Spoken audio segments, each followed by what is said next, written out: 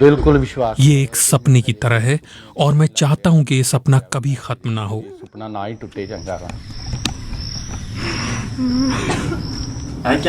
मुझे इस पर अब भी विश्वास नहीं हो रहा।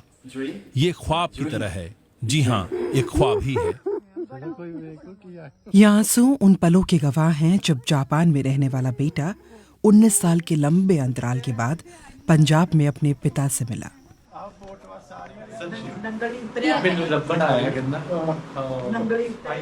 जापान में पैदा हुए रिन ताकाहाता 2 साल के थे जब उनके माता पिता का तलाक हो गया।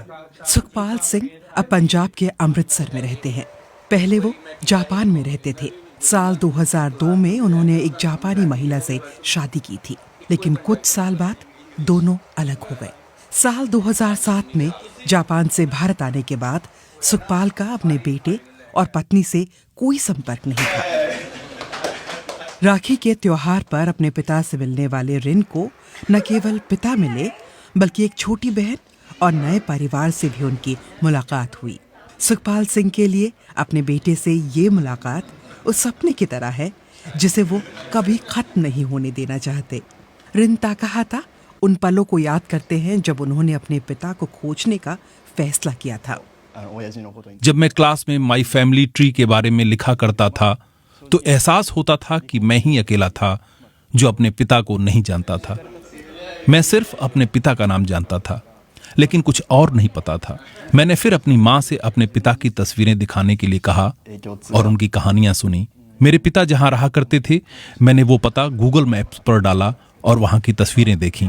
मैंने कभी नहीं सोचा था कि मैं पहले ही दिन उनसे मिलने में कामयाब रहूंगा। मैं अब भी इसका सपना देखता हूँ।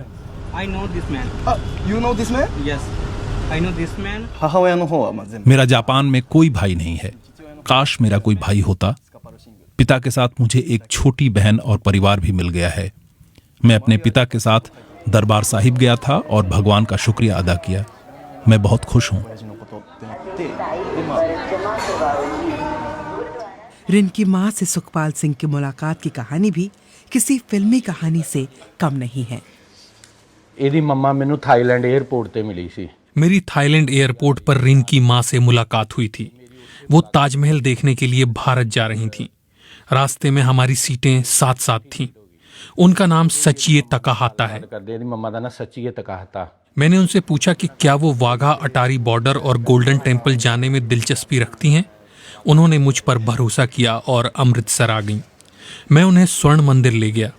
वो 15-20 दिन तक मेरे परिवार के साथ रहीं और हमने खूब बातचीत की।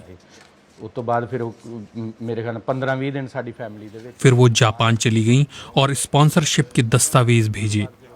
मैं पहली बार 2002 में जापान गया। हमने वहां शादी की और साल 2003 में रिन का जन्म हुआ। 2 ਦੇ ਵਿੱਚ ਗਿਆ ਸੀ जापान। ਹਾਂਜੀ ਉੱਥੇ ਫਿਰ ਅਸੀਂ शादी कर ली। मैंने वहां रहना शुरू कर दिया, लेकिन उस समय मैं जवान था और जिम्मेदारियों को ठीक से समझ नहीं पाया।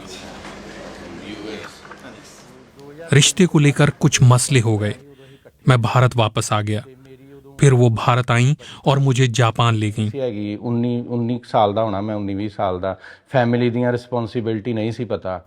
ये साल 2004 की बात है, जब रिन 1.5 साल का था। लेकिन हम लोगों के बीच बात बनी नहीं और हम अलग हो गए।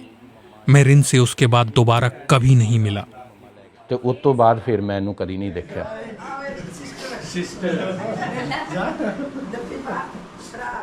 सुखपाल की बेटी अवलीन 9वीं क्लास में पढ़ती हैं और इस बार की राखी वो कभी नहीं भूल पाएंगी। मैं बहुत खुश हूँ क्योंकि मैं हमेशा सोचा करती थी कि काश मेरा कोई भाई होता। मेरे कज़न भाई बहन हैं, लेकिन कज़न तो कज़न होते हैं।